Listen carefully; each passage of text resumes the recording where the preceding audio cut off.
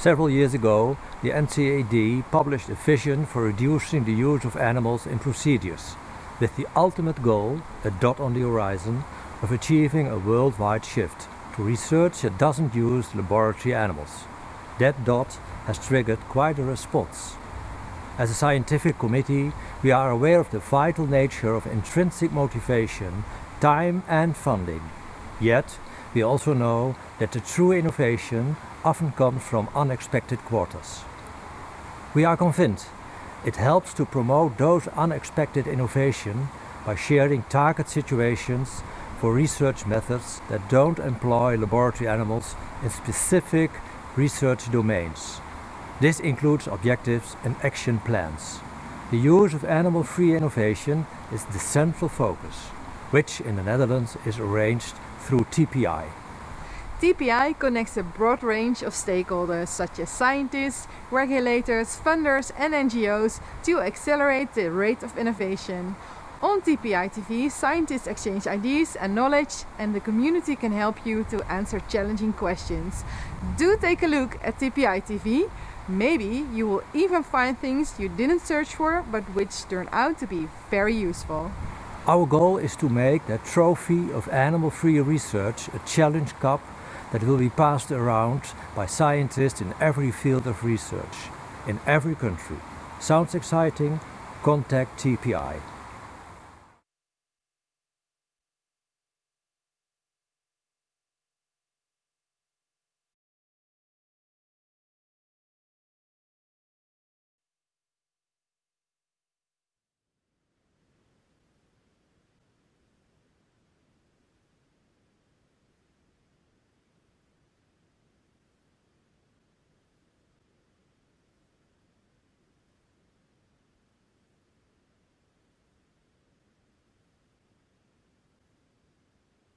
Welcome to the second of two webinars on 3 Rs in COVID-19 research, organized by the 11th World Congress on Alternatives and Animal Use in the Life Sciences. I'm Brian Maguire. I'm a Brussels-based journalist specializing in healthcare and European Union. And today's presentations will highlight innovative model systems to study COVID-19 and will also discuss new strategies for the development of vaccines, therapeutics and diagnostics. This webinar series is supported by the Netherlands National Committee for the Protection of Animals used for scientific purposes. Just before we kick off today, some quick housekeeping, and also thank you for taking time to be with us today, and for those who returned for the second day, we really appreciate your time. The questions to the speakers, when you want to send them, you can use the chat box, and our team will moderate and aggregate the questions. If you want to send them for a specific person, please put that panelist's name in the question. And also, it's nice to see who's online as well. So tell us where you're from, if you like, and give us your name too, if you're not too shy. The hashtag for today is WC11 Maastricht, and you see that on the lead page for the website also. And just in case I forget later on as well, let's tell you that next year's Congress in Maastricht, the registration reopens in September this year. So the registration reopens in September this year. You can pay attention for that. And the webinar can also be found for rewatching a week after this seminar, so from the 1st of September. So just some housekeeping notes before we kick off. Our speakers today, we will have Thomas Hartung, Shuibing Chen, and Willem van der Laan. Each will have 20 minutes to speak. I'll give them a 3-minute warning just before they have to wrap up. And about 4:05 we'll start the Q&A with our panelists as well, with the questions you have sent through to them. We'll wrap up around 4:30 today as well. So let me introduce Thomas Hartung. He's the director of CAAT at Johns Hopkins University in the United States. Thomas, great to have you with us today. You good to go? Sure. Hello from Baltimore. Great to be here, which is for me the 10th World Conference, now formally starting. Actually, I missed the first one, which was the one which was started by our center here in Baltimore by my predecessor, Alan Goldberg, and you all know how closely we are involved in this series. I'm, among others, the treasurer of the Alternative Congress Trust organizing this. Can you start my slides, please? I don't see them, at least. No slides? Let's see. Our team should be able to put the slides up. Okay, now I see the slides on. Okay, perfect. So, as everybody, I'm due to COVID-19, largely in lockdown. I've left my house a dozen times since in the last 4.5 months, because this is impacting. But it's not only impacting on the way we work, but also how we use alternative methods. And that's something I would like to get across today. And have some conflicts of interest. You can see here, most relevant, the mini brain work I'm showing is licensed to Axosim in New Orleans, and I'm consulting some companies on these methodologies. But in order to start, I would like to make first the case. You see here a mask which we have actually been printing, which read "saving more than animals," and this is very important to me. I'm a physician in the School of Public Health. Our work is about this not only protecting animals, but it's about patients and consumer safety. The next slide, please, which I cannot see. There's something odd here. Okay, now it's a slide back. Okay. The first point I would like to make is that COVID-19 actually is a medical success story. It's quite incredible if you think that it was the 31st of December that China informed the WHO that there are some unusual cases, and it only took 10 days after this until the first PCR was available in the UK in this case. It took a day longer to have the full genome of this virus revealed out of China, and on the 17th of January we had already a PCR, which is the one which was then later used by the WHO. In March, we had a series of antibody tests, and the first emergency use authorization after successful clinical data came on the 1st of May by the FDA. That's quite incredible. If you would compare this to HIV, just to recall, it took us years to identify what is the virus and all, to build diagnostics and all of this and come to the first therapies. And this has been possible because we have an enormous mobilization. But before moving into my main point, which will be about vaccines and medicines, I would like to apply a bit of thinking on diagnostics, which we have been applying to toxicity testing a few years ago. If you give it a closer look, the accuracy of our diagnostics at the moment are roughly 93% balanced accuracy. You see some data here on sensitivity specificities from around April when these were published. So what does it mean if we are using diagnostics now which are 93% accurate?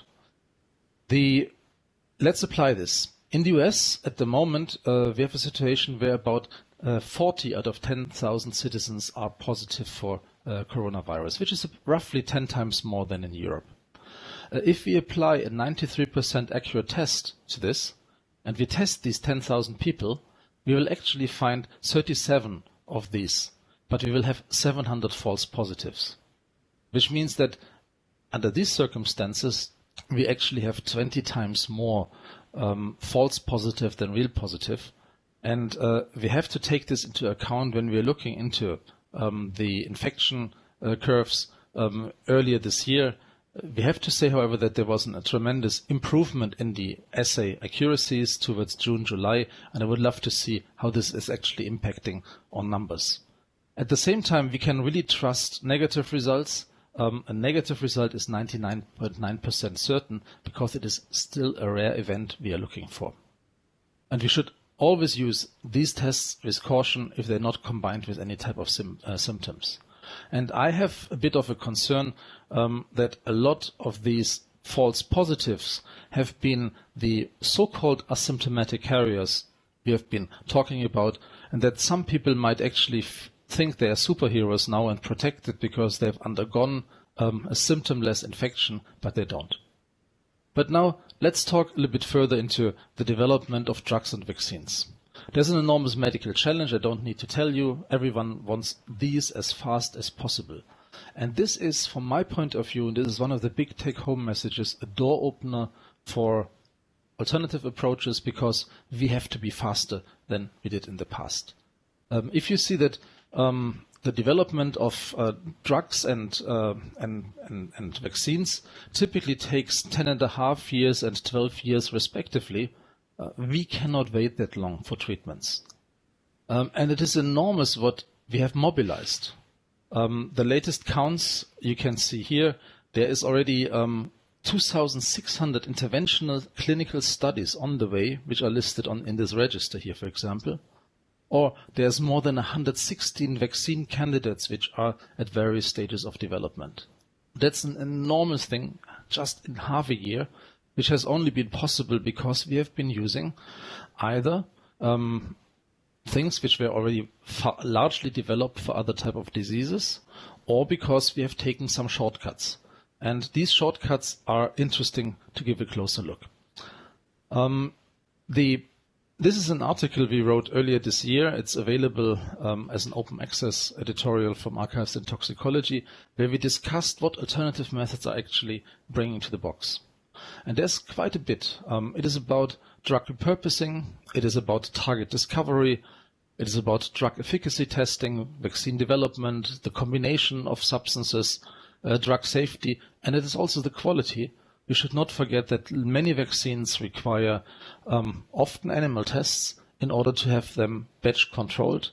And it could very well be that similar to the influenza virus, we come up with something where we need batch control. And this could be another field for alternative methods. So I invite you for more details in my talk to this publication. The interesting thing is that alternative methods, as it refers to cell culture, is no longer what it used to be some 10, 20 years ago, when we were mainly using, I call them pan-fried eggs in a pan, sunny side up, cells which have hardly contact to each other with a big nucleus in the middle. We have seen enormous development in recent time towards relevant organ cultures, organotypic cultures, three-dimensional cultures, and these are two workshops on the right, which we organized in Berlin in 2015 and 2019 respectively. These two reports are very interesting status reports. The last one was just published in our journal Altex a month ago. And these type of methods are being used now. If you see on the next slide, for example, these are commercial lung models. These commercial lung models, a European and an American provider here, as an example, allow now to study infection with the virus. And we have seen very quickly that publications came out using these type of models to see the primary infection of these epithelia. But it's not only these relatively simple organotypic cultures. This is a system of the lung, which is actually ventilated and by flow perfused.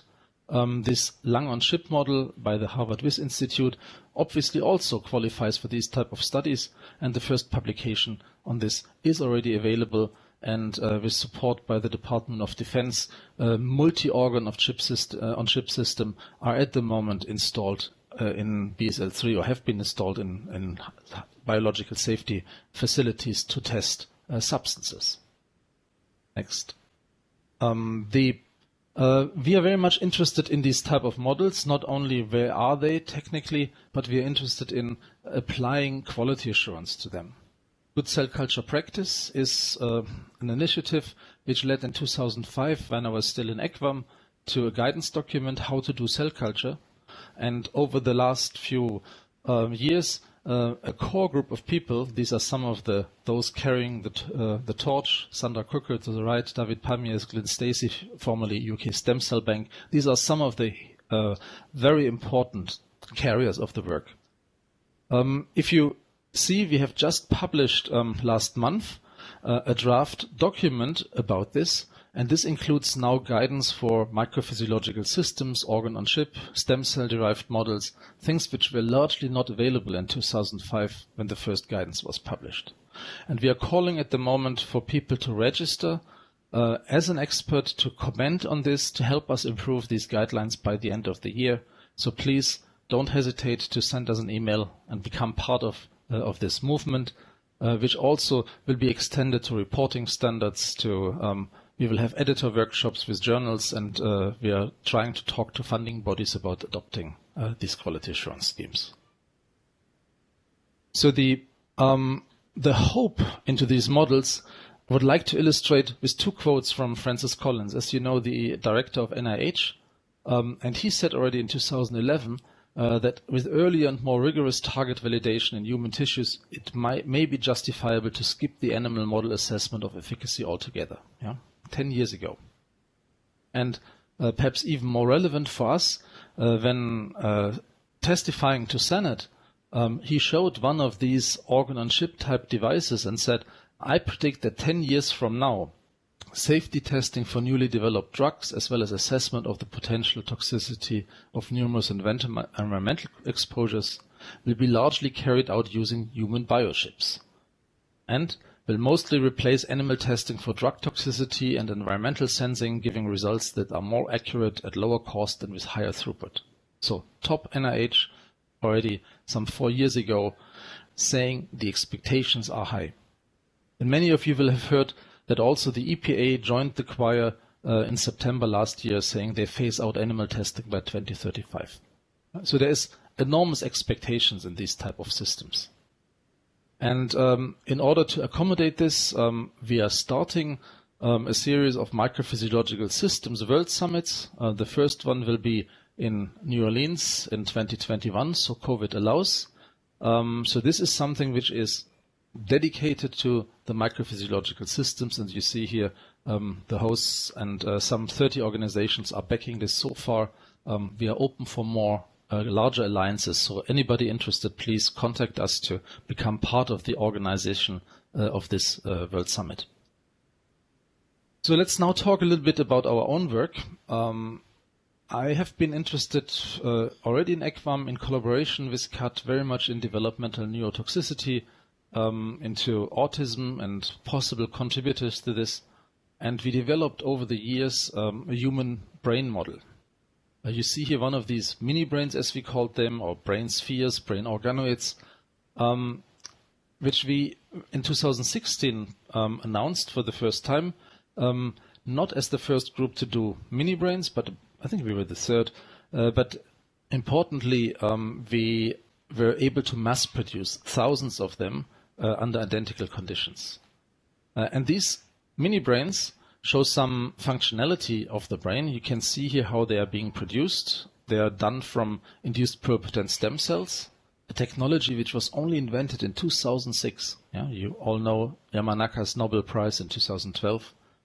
We produce neural precursor cells, and we are then moving with these shakers, gyratory shakers. We can produce in one of these 6 well plates 500 to 600, sometimes 800 mini brains, just visible about 1/3 of a millimeter, but identical in composition with 20% astrocytes, 10% oligodendrocytes, and a variety of neuronal cells. These cells lended themselves for addressing a very important issue. When we got reports already in late February, early March, that a lot of the patients suffering from COVID-19 show neurological symptoms, we said, this is something we should address. Is possibly also a direct infection of the brain involved in order to explain some of these things. Others are explainable more by changes in coagulation, infection and inflammation of the vascular system, but some might actually be traced back to a direct infection of brain cells. So our model actually had been used before. We published in 2018 that we could infect it with dengue and Zika virus. We also have data on HIV and JC virus, which are unpublished, so we knew how to use the mini brain in order to study virus infections as part of the disease modeling we are doing. So we teamed up now in order to study whether the coronavirus is able to infect the brain. And indeed, there were also some hints from the literature that other coronaviruses are in fact neurotropic, which means they can target the brain and can also make damage to the brain. The challenge was really to find partners for this. Hopkins is an extremely rich environment, so obviously we have some of the foremost experts also handling these. But you have to imagine that our partners here, they had 15 different partner requests when I came to them. And it was really more an art to convince them to give us some of the virus to infect our mini brains and make these experiments happen, because there was so much pressure to get something done. And as we published then, very quickly we were actually able, and this is the very first picture I ever saw of an infected brain cell. All of these red particles are coronaviruses. They obviously have replicated in this single cell. And this was really an iPhone picture taken by my wife Lena and sent to me while she was seeing this at the confocal microscope. And this we published very quickly because we felt that this is important for clinicians to know, to look for this. This has a lot of downstream consequences. This was the first article in the Financial Times covering this, and with the publication of these results, which was published in Altex, it's available online. Here is the entire team, and as you can see here, these are some of my own co-workers. It's especially the developmental immunotoxicity and developmental neurotoxicity team, and you see they have good reasons to be interested in this topic. But there's also our partners, Andy Pekosh, Bill Bisay, and very importantly, Corinne Bullen, who have been pushing to run these experiments. 3 minutes to go, Thomas, okay? Pardon? Okay. 3 minutes to go. Yep. I don't see the slides anymore. Can you go back to slide view? Okay, thanks. So we showed with immunohistochemistry that some of the cells are infected, but you can also see these are not too many. Next slide. We used PCR to show that we actually found after washing still a high number of viruses in the first experiment, but we saw that they at least 100-fold expanded in the cell lysate. So there was replication of the virus. Next, we saw in the supernatant they were actually decreasing in this case because there was so much left after washing. But in the second experiment, then we did wash much more vigorously by transferring them from our culture plates into Eppendorf tubes and more stringent washing. And now you can see a very nice increase of virus copies within 72 hours, both in the lysate and in the supernatant. So clear evidence of replication also in this experiment. So to sum this up, we could also show the presence of the respective receptor in our system, starting with neuronal precursor cells. Some of the cells got infected.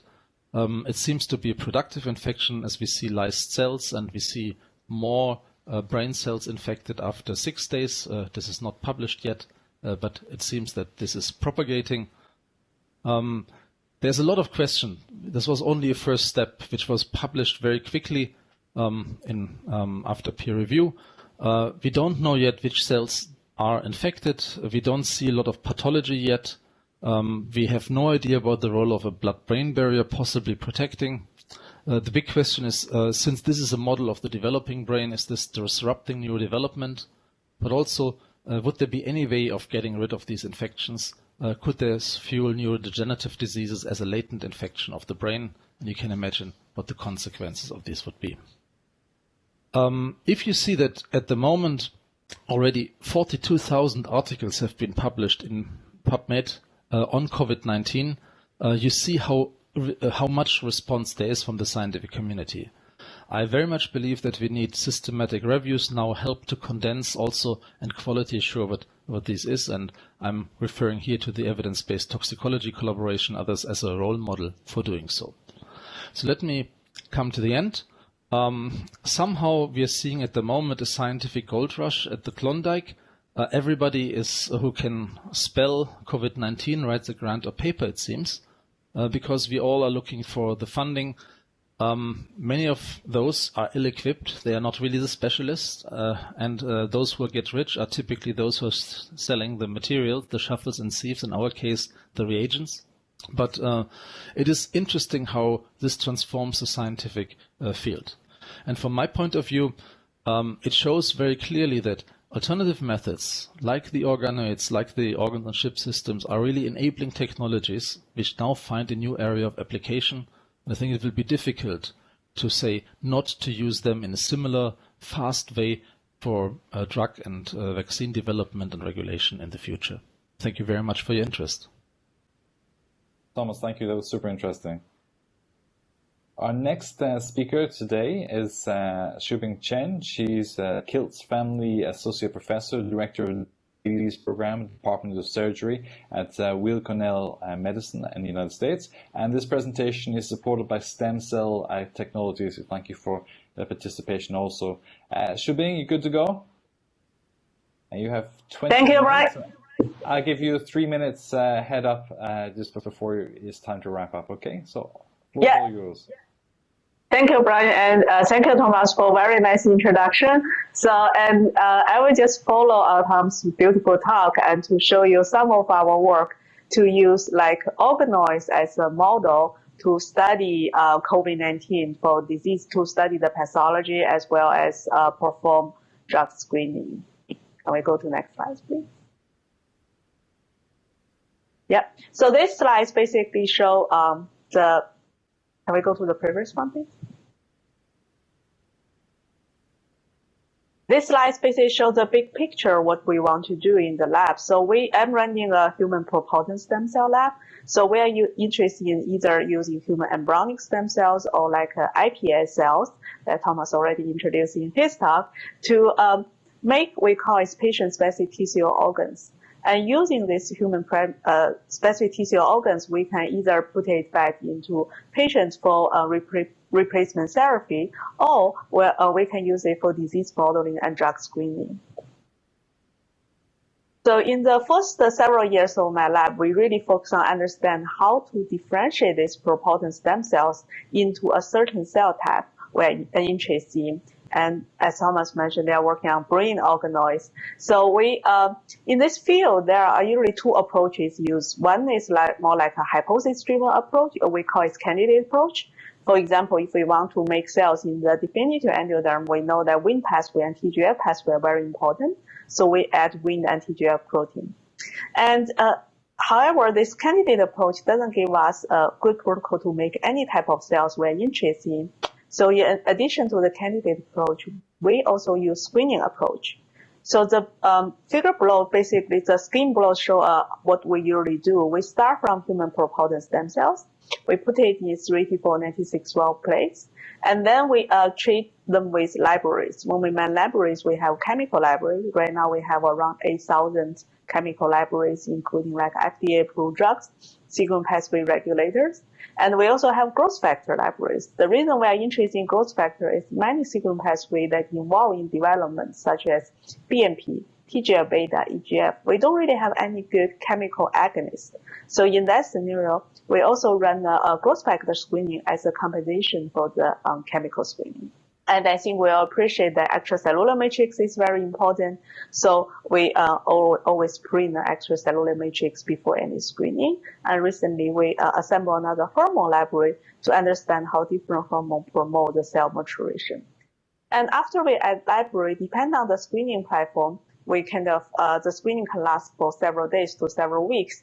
And we can do either antibody-based, image-based screen, high-content screening, or if the cell have a luminescence or fluorescence reporter, we can perform reporter-based screening.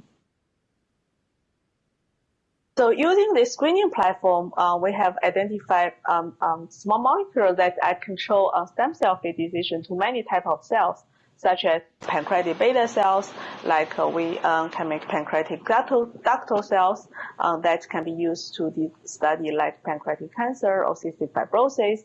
And we make colon organoids that can be used for colon cancer disease modeling. And we have a large collaboration with Dr. Todd Evans' lab to make a conduction system in the heart. And last year, we published a protocol to make trophectoderm cells, which is a very, this is a precursor cells for for the placenta. So we saw that trophectoderm cell play as an intermediate of a Zika infection, a mother-to-feeder Zika infection. So using all this platform, then when COVID came and we became to start interested and I think we all appreciate that COVID is a multi-organ disease. So SARS-CoV-2 can infect, although most of phenotype in lung, but it actually can infect many organs, including brain, like intestine, heart, blood vessels, then kidney, and even more. And so what we're interested in is we really assemble a large group. I have to say it's not really my own lab's work. We have like 5 or 6 labs contribute to that. So we basically assemble a consortium in New York City.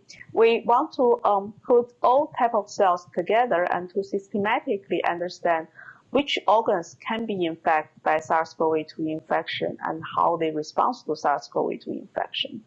So here we just show 10 cell types or organoids we use, including like colon organoids, like a lung organoid provided by Joyce Chen in Harold Wormer's lab, pancreatic beta cells, like liver organoid provided by Robert Swartz's lab, and like endothelial cells, cardiomyocyte provided by Todd Evans' lab, macrophage, and microglia, cortical neuron, and Doppler neuron provided by Lawrence Studer's lab.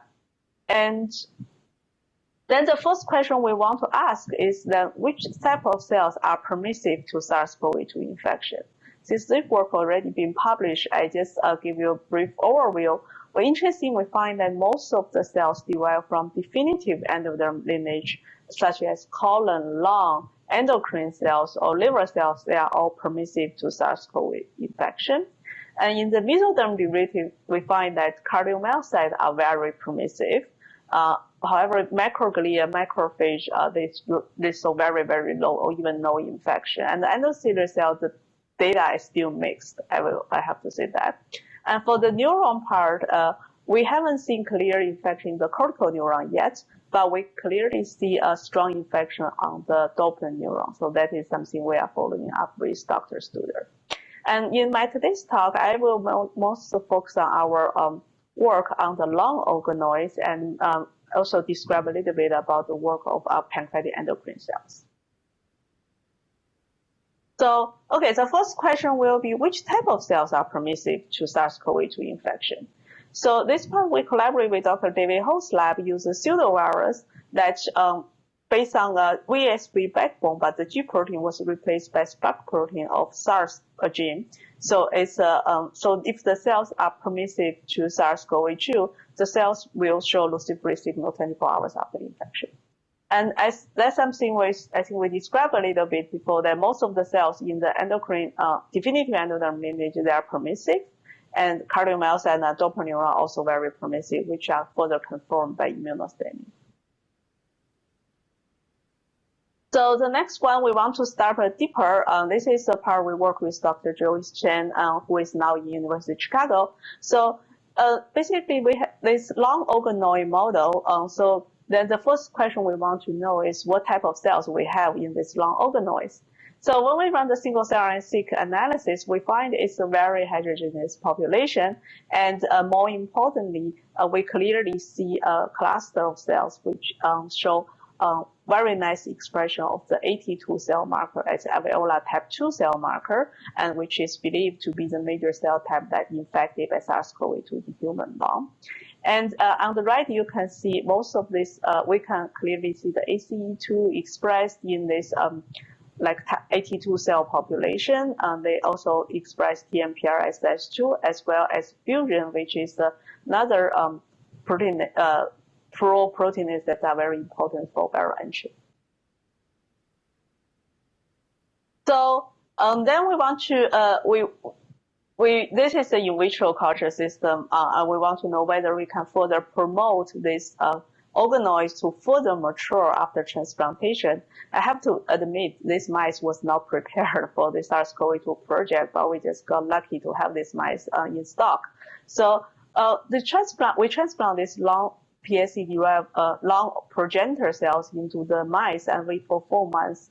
And then after 4 months, we take the xenograft out, and then we cut the section. At the left, you can see that they show very nice structure, and they actually show very nice AT2 cells phenotype. They express pro-SPB, pro-SPB, SPB, pro-SPC, SPC.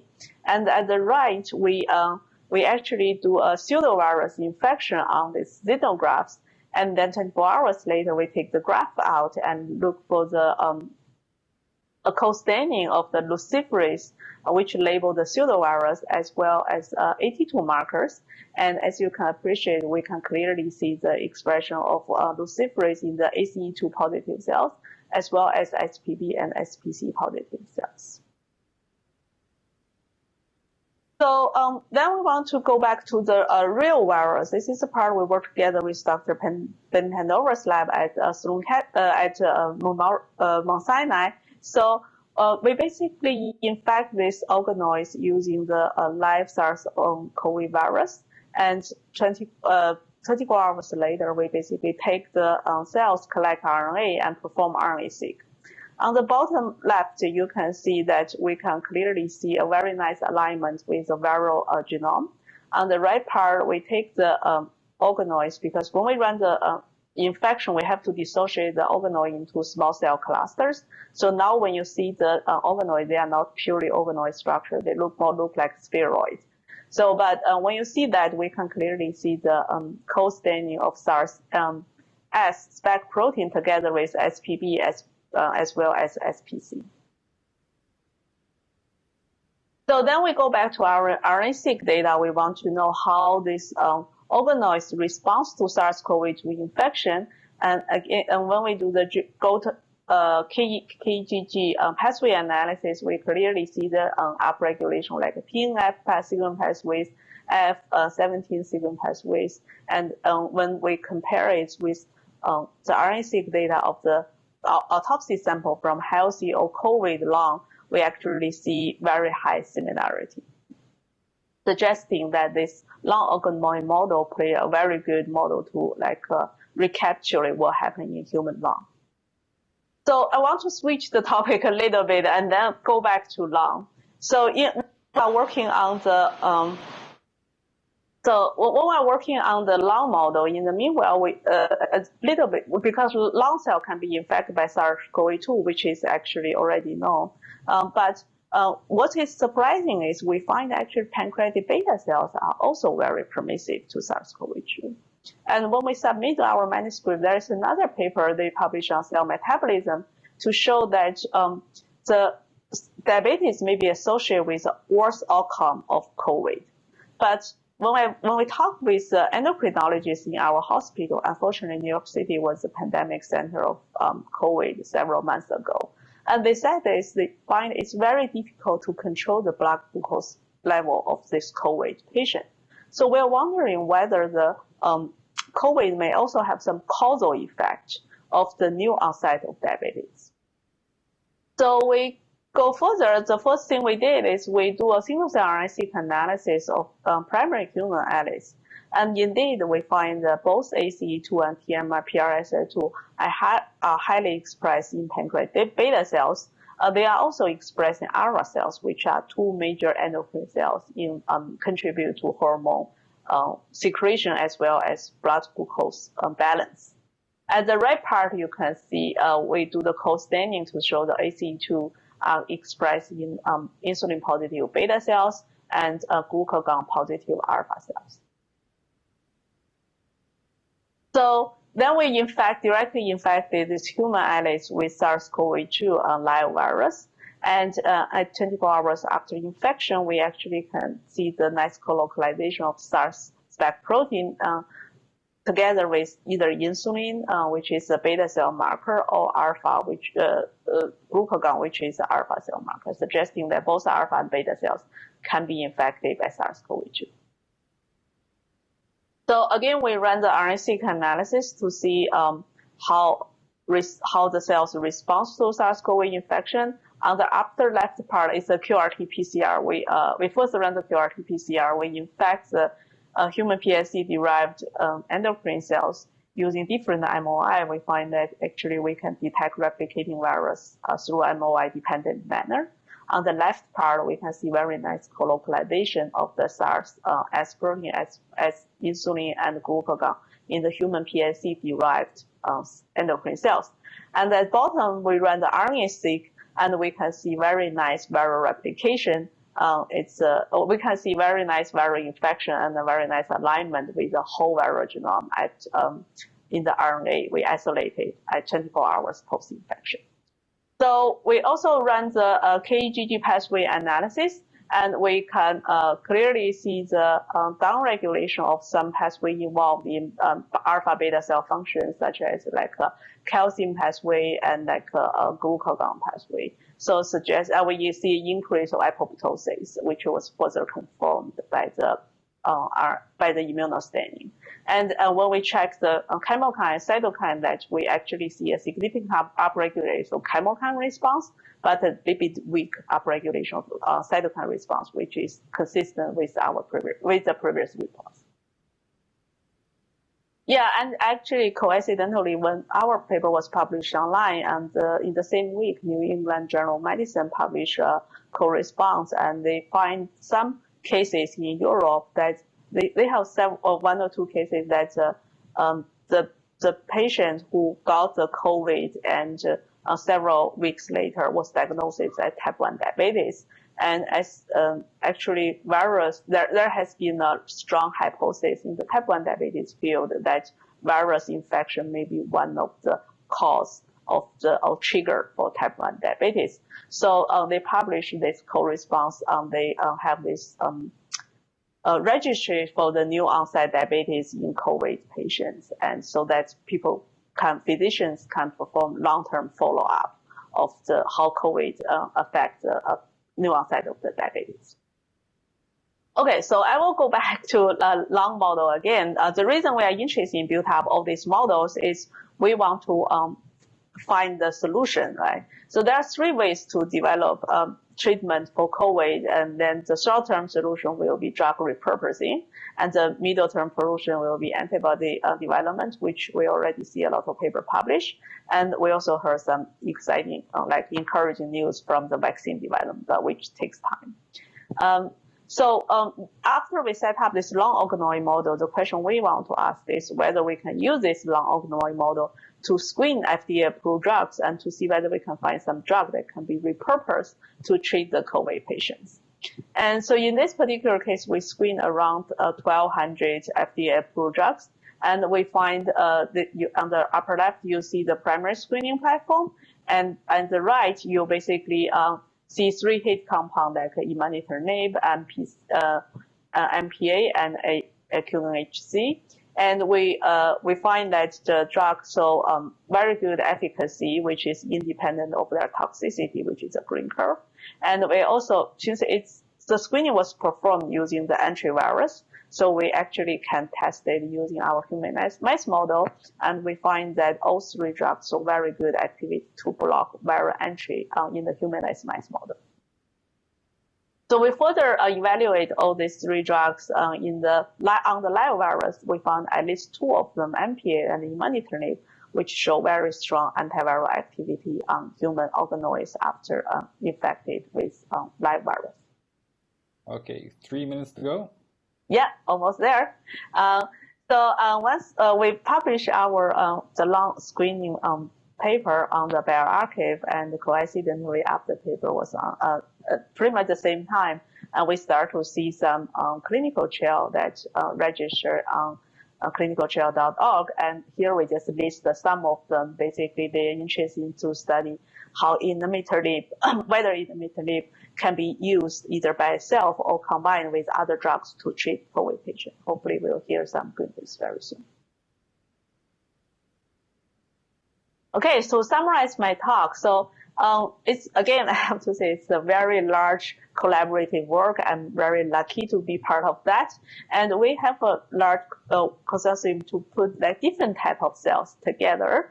And then we work with virologists and to understand which type of cells are permissive to SARS-CoV-2 infection. I believe this list of the cells should be longer and longer, and we just get it started recently. And after we have this platform, as Thomas mentioned, it can be a very good model to study the pathogenesis and to perform drug screening and to find a novel treatment for this horrible disease. And this is our collaborative team. So So most like colon and the beta cell work is mainly done by my lab, and the liver work is mainly done by Rob Schwartz's lab. And the cardio part, we collaborate with Todd Evans' lab. And for the drug screening and a mechanism part, we work with Dr. Lou Cantley's lab, and also Dr. Dixon's lab at Weill Cornell. And Joyce Chen from Harold Orma's lab also contributed significantly on this project. And all bioinformatics work was done by David Richmond. And most of all our, Thomas mentioned how challenging to get access to BSL-3. We got lucky. We have a very nice collaborator, Ben Tendover, and two leading postdoc who help us to run all this live virus infection work, and also our collaborator from Sloan Kettering, Columbia, and our facility. And thank you for your attention. Shuibing, thank you so much. That was really great. And we've got some questions for you already coming in, so you can stay tuned for those just after the next presentation. And the next presentation is with Jan Willem van der Laan, who's sitting comfortably there. He's in the Netherlands. He's a senior assessor of pharmacology and toxicology at Medicines Evaluation Board and chair safety working group CHMP EMA. Jan Willem, good to go? Thank you, Brian, for this introduction. And thanks to the organization for inviting me to give a talk on the regulatory aspects on 3Rs and vaccine development for COVID-19. There are already many viral vaccines on the market, and there are a lot of different approaches possible. So there are inactivated viruses for polio, rabies, encephalitis, and hepatitis A. But there are also live attenuated viruses known for the children's diseases, measles, rubella, and mumps. There are also upcoming recombinant viral vector constructs for dengue and Ebola. And you have to keep in mind all these type of products that are scheduled in the next slide. You see here all the possibilities with the virus in the middle. Inactivated viruses are possible and are the most easy solution. Inactivation by formalin or glutaraldehyde. Then a subunit viral protein is possible, usually done for influenza. Virus-like particles, very well known for human papillomavirus. And so also the attenuated viruses I have already mentioned, and the viral vector. The DNA vaccines are a possibility, but are thus far theoretical. In the past, before 1990, it was the vaccine testing, at least in Europe, was not very incorporated in the regulatory system compared to other pharmaceuticals. And then testing of vaccine were done batch release by potency testing, abnormal toxicity, and in a very small animal group. Sensitizing potential and immunogenicity, and the only adjuvant that was known was alum, and that was not a separate issue, it was just accepted. In the 90s, we started with writing guidance documents, first in Europe, later on also within FDA and WHO. And it's also important to mention the EU guideline on quality, non-clinical and clinical aspects of the live recombinant viral vector vaccines. One of the most important ones, and you have seen already yesterday the discussion on what is the appropriate animal model, how to have a proof of concept of a vaccine, and important is immunogenicity. We'll think about neutralizing antibodies. That's very easy to explain in the general population. But it's also important to think about the cellular immunity as an important aspect of immunity. And of course, it should show protection against a challenge. That's what we try to induce in humans. And it's important to have at least a bit evidence for that. But that means that you have to select an animal species that is responsive. Yesterday, Koert Stittelaar has given a very nice overview on all those animal models. And that's not an easy one for the COVID-19. Furthermore, it is important to know how the immune system is responding because there are populations in the general public that are less responsive or over-responsive, and then it is important to know the T-cell response in this respect. And this type of studies will help to select the doses and the schedules for a first-in-human study. Next slide. In addition to these proof-of-concept studies, we as regulatory authorities want to assure that a vaccine is safe. And there are two aspects that are very important. That is just repeated dose toxicity and reproduction toxicity. With respect to the repeated dose toxicity, we just indicate an N+1 approach. N is then the intended number of injections. Usually, thus far, it's only 1 or 2. There are not too many vaccines intended for more than 1 injection for the COVID-19. Of course, it should be studied in a species with an adequate immune response. And as the type of safety factor, we assume that the maximum dose of the human formulation might be taken as the absolute dose. The importance of the repeated dose toxicity is debatable in this respect, and we will come later to that. Reproduction toxicity study is also important as an important subpopulation are women of childbearing potential and pregnant women. The FDA guidance is focusing on maximal antibody response, but I'm adopting about a bit because what is most important risk is that the antibody response or just the inflammatory response that is needed to induce immunity. So there is a schedule as in this picture, but I would emphasize that we should focus on the inflammatory risk rather than on the antibody response itself.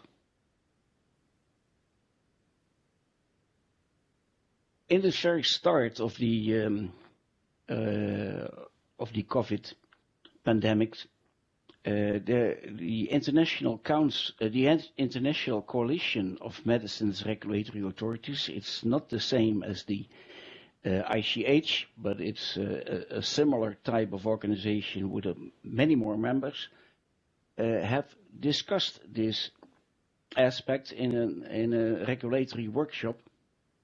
And they said, okay, the preclinical data depends on the vaccine construct, as already discussed. And sometimes a construct can be derived from previous ones, previous approaches. That's indicated in number 2, using the same platform. If a platform technology is already utilized for a licensed vaccine, it's very difficult to get that, but you can think about developments for Ebola vaccine or for SARS. SARS vaccine, the first SARS or the MERS vaccine, also mentioned by Koert Stittelaar yesterday, that if we are using a viral vector consisting, for instance, on an adenovirus or another type of virus, then a lot of knowledge is already present where the COVID-19 spike protein is incorporated in such a viral vector. The vaccine manufacturer should justify this approach, and then we said, okay, if there is already experience to be justified by the vaccine manufacturer, it might be that there is no need to have animal data for first-in-human clinical trials. That's at least what we have, what has been the conclusion of this workshop. There are a lot of explanations there. Another aspect that has been discussed specifically, but that has not been got too much attention now, is the risk of vaccine-induced disease enhancement. This vaccine-induced disease enhancement has been seen for respiratory viruses as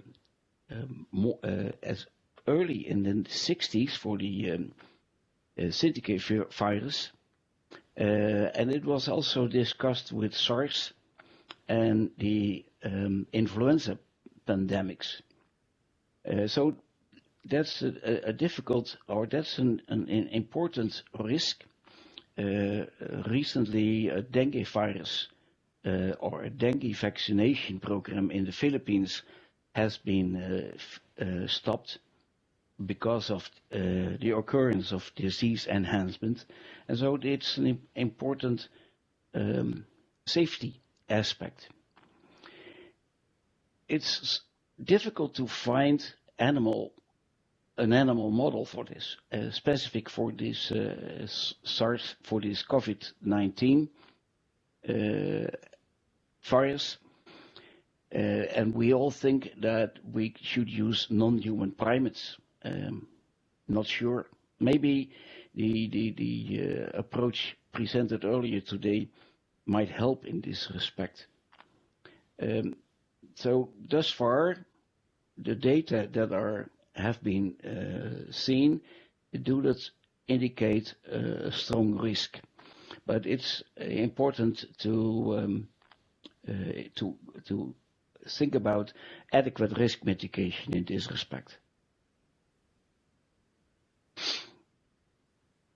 In a second meeting a few months ago, and a few months later than the first, there was again a discussion how to proceed when we have a first-in-human data, and that's in that case.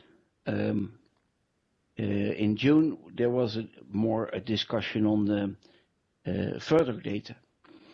Preliminary data, as indicated with the previous slide, do not show evidence for a risk of enhanced disease, but still we want to know the value of post-vaccination challenge data in an adequate animal model. Other challenge models, such as hamsters, ferrets, and transgenic mice, can also provide valuable supportive evidence. Thus far, it's very difficult to think about an animal or a non-animal approach in this case. Kurt Stittler has emphasized yesterday that that there is the importance of a good design to have a strong refinement and reduction of animal use. Those type of aspects, those are more important than replacement. Next slide.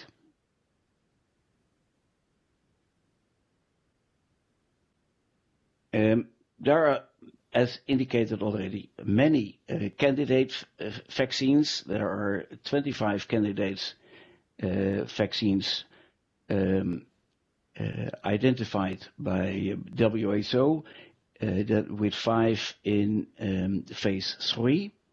One of those is a non-replicating viral vector based upon adenovirus vaccine of adenovirus. 3 are inactivated oral virion approaches, and 1 is based on RNA, and we can identify those candidates easily in the newspapers. There are 2 candidates in phase 2, a non-replicating virion vector and a protein subunit approach. And this is just a type of representation by graphics how this will work out. A replicating viral vector at the very left, and then a non-replicating viral vector introduced by administration, intramuscular administration, reaching the dendritic cells, which will lead to an immune response. And the other approaches are not at this moment not very important, probably. These are the most well-known viral COVID-19 vaccines with a viral vector approach, the replicating viral vector, such as the weakened measles, but also the non-replicating viral vector with an chimpanzee adenovirus is also a strong possibility. There is a guideline, as indicated earlier, a guideline on the quality, non-clinical and clinical aspects of live recombinant viral vectored vaccines, published at the EMA website. But one of the most, when we discuss the non-clinical aspects, one of the most important aspects is that there should be sufficient knowledge on the route of infection, specific tissues and cells where it replicates or indicates shedding for the vector itself, and then that is the start of the evaluation. This is the type of platform technology that might reduce the need for studies for the product. And then in the other relevant data are the biodistribution data for that type of vector, and what is then the influence of the strange viral DNA, in this case the DNA for expressing the spike protein. What is then the influence of the biodistribution? Will it influence the uptake in the body, and can we rely on the knowledge of this vector only? And that's an important aspect. That's also true for the reproductive toxicity data. Do we know what is the risk of the vector in pregnancy, and will the change in DNA influence the transfer of the virus across the placenta, or the antibody response over the placenta? And those are the aspects that we want to know. 3 minutes to go. Willem. We are just having the last slide, Brian. So in conclusion, we all have been put under pressure with this new pandemic, how to develop a vaccine without extensive animal testing. Several political parties have raised that question, and there is a lot of pressure to do it with as less as animals as possible.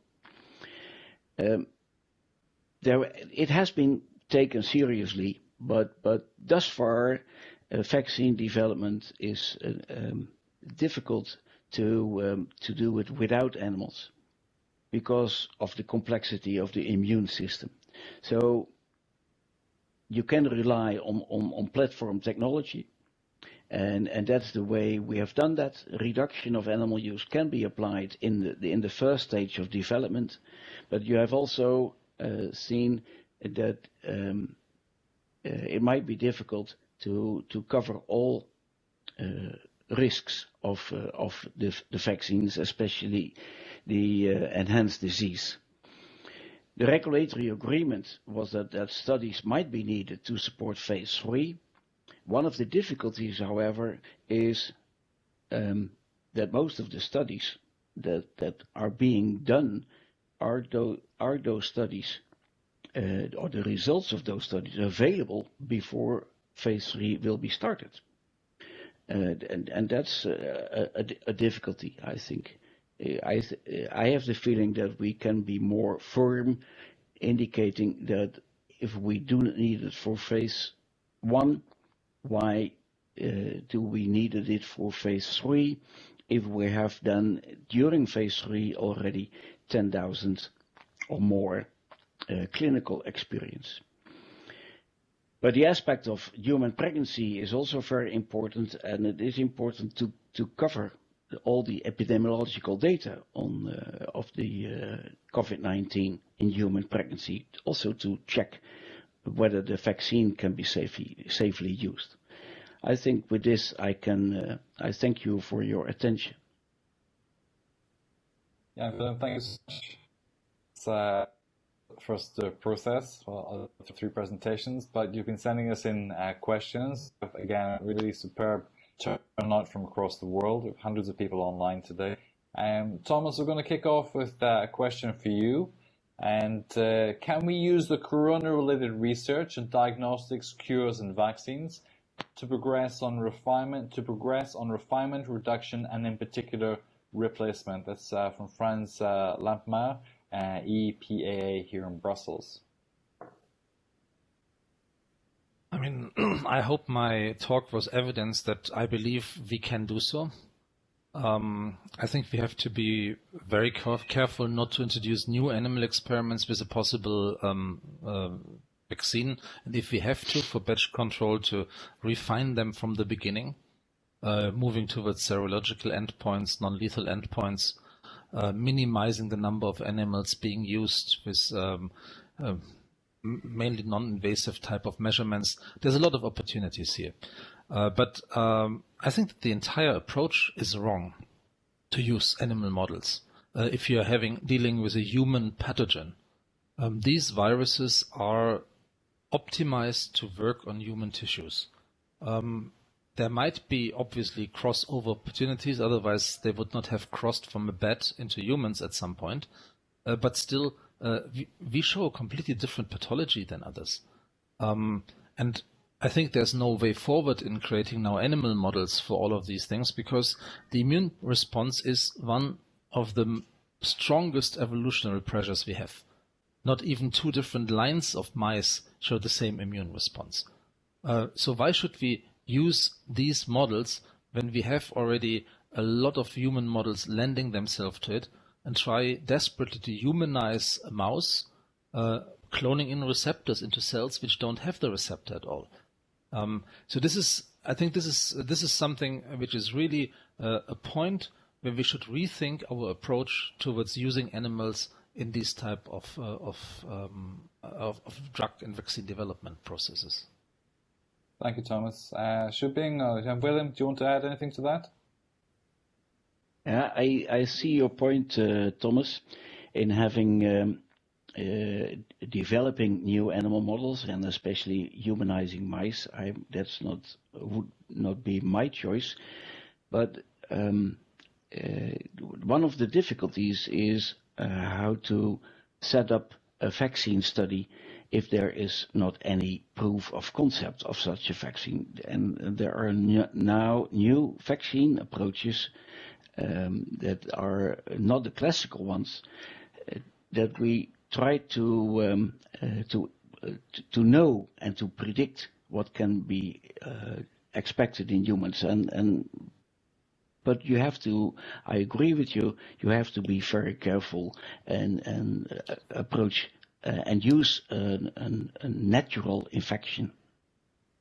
And this starts already with the point that we look for serological responses in these animals, while we know it is mainly T cells which are protecting us. Yeah, I fully agree. So there's tons of opportunities to humanize this. We can also immunize humans and then not wait whether they get an infection, but take their cells, see whether we can have a recall antibody production, whether we can in vitro have neutralizing capacity of their serum, whether we can isolate their cells and they kill virus-infected epithelia. Their immunology is full of in vitro tests, which can also be used ex vivo, so in human trials, which do not mean to wait ages, but we have a biological surrogate. Thank you. Shuibing, any last word on this question? Yeah, so I just want to add one point. I think definitely immune system is a very complicated system. And as a person working on organoid model, most of organoid model we are building up are relatively simple. It's focused on the host cell itself. And I think that's definitely the people should considering how, and we are also kind of thinking about that, what's the best way to add the immune system to our organoid model stepwise. Thank you. Let's move on to another question. This one's, I think, just for you, Shuibing. Was there any observation with pre-existing diabetes? This question comes from India, Dr. Kapoor. Yeah, actually, there are kind of a lot of interest to study the correlation between diabetes and COVID right now.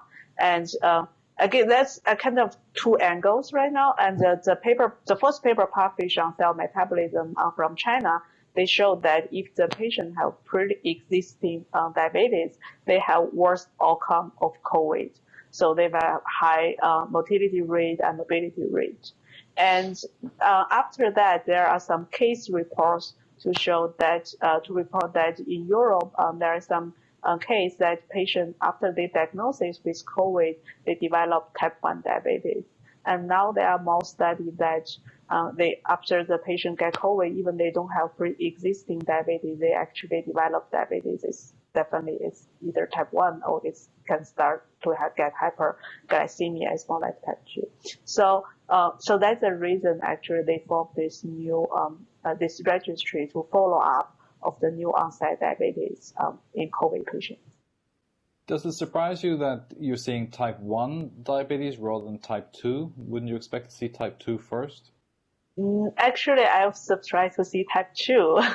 The reason for that is actually that's a long-term interest, or you can call it long-term controversy, that what's trigger type 1 diabetes. And the virus is always believed to be one of the trigger of type 1 diabetes. But that's, again, since it's involved in the immune system, and most causal study was done in animals. Super interesting. Question just for Thomas this time. Thomas, do you use animal-free culture serums in your institute? This is from Monique Jensen in the Netherlands. Yes, where we can. I mean, there's some cell types where we have difficulties. The mini brains don't require this, but we're all trying to avoid also other size types of animal-based materials like matrigel and so. But it is a struggle, a permanent struggle, because a lot of standard procedures still require these, but I thank for the alert. And we're trying to promote also the production of antibodies in non-animal systems and others. We are conscious, but you sometimes have to compromise. Okay, thank you. And it's a question for all of you. Maybe we start with Thomas in this one now. And the question is the presence of virus in the brain a possible explanation of losing smell and taste in infected patients? And will those effects possibly be permanent? This is from Dr. Anne Dominique de Grace. Thank you very much. Actually, it has been shown that the primary smell sensing cells are carriers of large amounts of the AC2 receptor and are directly infected, and this seems to be the cause for the loss of smell. I understand that the discussion is still open how much this turns back to normal. It seems to take enormous time as these cells are destroyed. There's still a controversial discussion whether the nervus olfactorius, so the nerve which is leading into the brain, is a gateway for virus entering the brain. What I saw in the literature is that these cells don't have the necessary receptor, which would make it improbable. But I think the discussion is not closed. Okay, thank you. Shuibing or again, Willem, do you want to add to that? I just want to add a little bit so that the effector neuron is also it believed to contribute significantly to the smell. So, and there is some report that ACE2 may be expressed in the effector neuron actually at pretty high level. Yeah. Okay. I know from the poxvirus that the smallpox is also an infectious via this route. Okay. Thomas, do you want to add something there? Yeah, I just want to say I was referring to a paper in bioarchives in this case, which said there's no AC2 on the olfactorius, but this is the problem with all of this non-peer-reviewed material which is put out, yeah. You like to take it if it fits your explanations, but at the moment we have so much crap which never will make it, hopefully, in the peer-reviewed literature, which is just put out, yeah. If only with the same politics. Another question for all of you this from the UK. What can non-scientists do to contribute to the animal alternatives movement? I left the chemical lab soon after graduating, and my recent experiences in sales supply chain within the chemical medical industry. My thinking is to work for an animal alternatives company or retrain. Do you have any advice for individuals in this situation? Tom Masding, thank you for that question. Yeah, Willem. No, thanks. Shuibing? Well, I think it's a very interesting question. I think career-wise, I think we all appreciate. For the whole field, we are trying our best to replace animal in our study and animal product in our study. But we have to admit, is right now a lot of science are still depending on that. So it's a stepwise approach, and people are definitely trying very hard to pursue that goal. And regarding what's the best way to fit the person's career goal, I think it's a very good goal to approach, but it's better to balance the current status and his or her career approach state. Yeah. So I don't know whether I answered the question. Yeah. I would say everybody is needed, yeah. So we not only need scientists. This is in non-governmental organizations as well as in academic and others, yeah. We need to organize meetings, we need people to help, and there's tons of opportunities to help to work in companies which are conscious, which are driving for this. This is an industry. Alternative methods have become an industry. I was blown away, for example, when seeing that in vitro toxicology is now 3 times bigger than in vivo toxicology. So you find jobs, and I'm happy to talk offline with the person asking the question to see whether I can give some advice. I think it's interesting Thomas says that. I was reading today about Airbus. They're promoting, which is nothing to do with animals, which is promoting a switch to hydrogen, but they're the same for their planes. And you look at the energy companies, how many of the energy companies are moving now to alternative types of energy, renewable energy as well. So the idea that you've started in the chemical industry and it's going to be the same for the next generation, I think is unlikely. You should expect a lot of change in your industry anyway, to look for perhaps opportunities where you are and to transition through that. So next question, this one's for Thomas. And concerns have been expressed that as brain organoids become more complex, they might become sentient, raising ethical issues. Do you think this is a possibility? It's from Penny Hopkins from the RSPCA, who was one of our panelists yesterday. Thank you for the question, Penny. Thomas, you first. I think we need to be aware of the possibility. I don't think that is really likely, because they are first of all extremely small, the eye of a housefly. They have very limited input and output, so nothing to think about in the most settings. But I think people are concerned, and for this reason we need an ethical discussion. Actually, we have started this together with Jeff Kahn here from the Bioethics Institute in Hopkins. We are having a discussion about consciousness of organoids, and for our World Summit we have invited him as a speaker.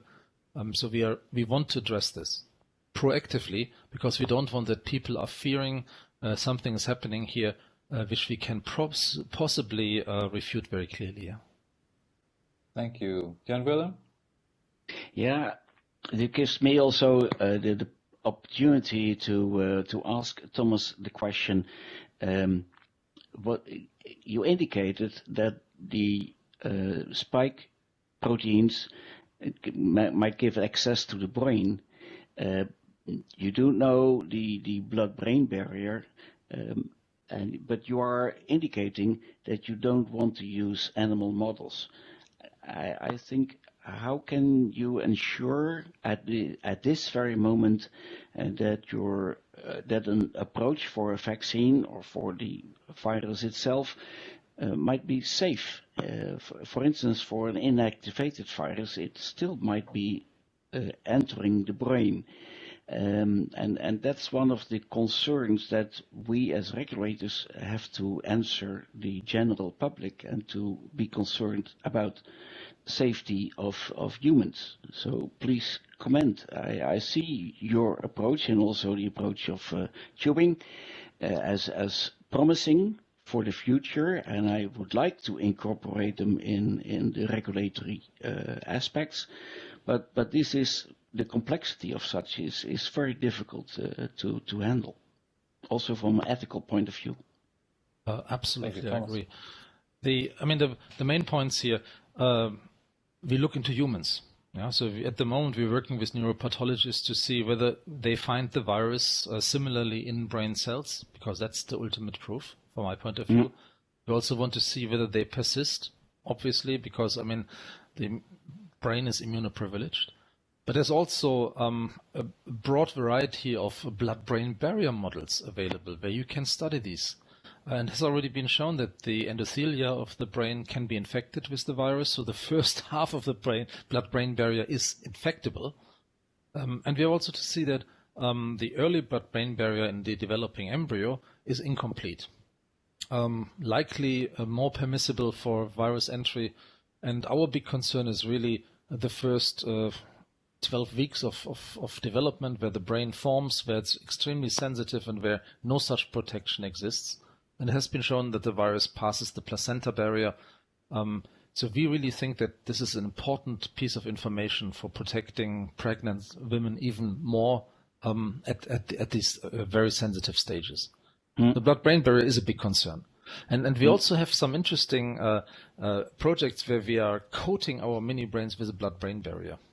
That's in its making. It's not yet really for use, but like a Ferrero Rocher, you can put like chocolate around the mini brain. You put some endothelial cells. That's a engineering goal at the moment. We have some partial successes here, but it's not yet complete. Yeah. Okay, I will never eat Ferrero Rocher again. Thank you, Thomas. Shuibing, no. any further? I don't want any other comments on that? Yeah, I think as Thomas said, that it's already a lot of work. People are very interested in trying to try to set up all these complicated models to. But I think what the most important part is, after the set up the model, that we can do some direct comparison between the in vitro organoid model and then to see what we can see in the animals, and to see so that we can evaluate these models, and to see. Then we can use this data to convince public these models are really kind of good enough to equally important. At least the first is equally efficient to evaluate the drugs or vaccines, and then it's maybe stepwise be replaced animal model. I think it's a stepwise manner, but definitely a lot of people are working on it.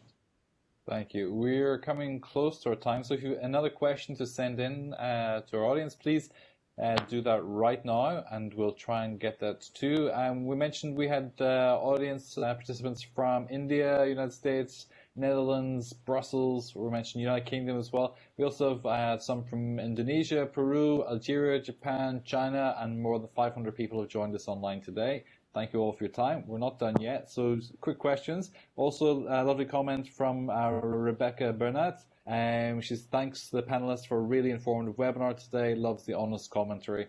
Great to have you online today as well, Rebecca. Another question here. We had this one yesterday as well, but somebody's put it back on today. And as we move towards a world with greater use of alternatives, what advice do you have for the younger viewers who are starting university or first jobs? How can they make concrete efforts to contribute? Thomas. Some progress is made one retirement at the time. So sometimes I have to say more cynical, one gravestone at the time, because many of our colleagues are still active after retirement, which are imprinting. But I really believe that the next generation is so much more trained on cellular and molecular approaches. You have to tell them first what is an animal experiment when they come into their jobs. It is no longer the necessary standard approach. And we have to get rid of this thinking that you cannot produce a new line of a textbook knowledge without a knockout mouse.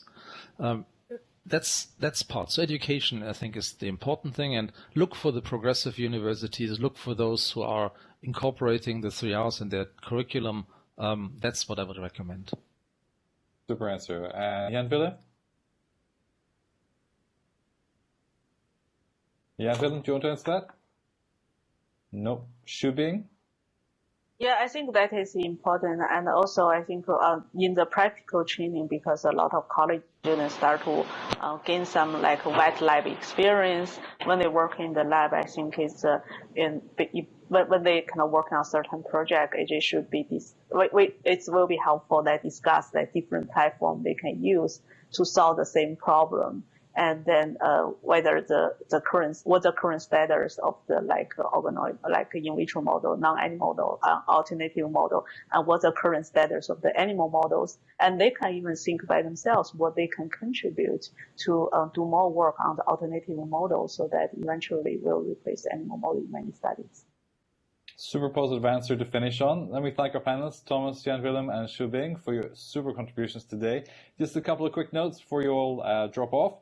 And to remind you that the registrations will reopen in September this year for next year's Maastricht Congress. And you'll also be able to get to rewatch the panels, yesterday's and today's. They'll be online on the website from the 1st of September as well. Thank you so much for taking time to join us today. And it's been a pleasure to host you here, and for the excellent contributions from our panelists yesterday and today. And let me not forget to thank our supporters today, the Netherlands National Committee for the Protection of Animals Used for Scientific Purposes, and for Stem Cell Technologies for the contribution for Shuibing Chen today also. Have a great afternoon. I wish you a pleasant day. Thank you.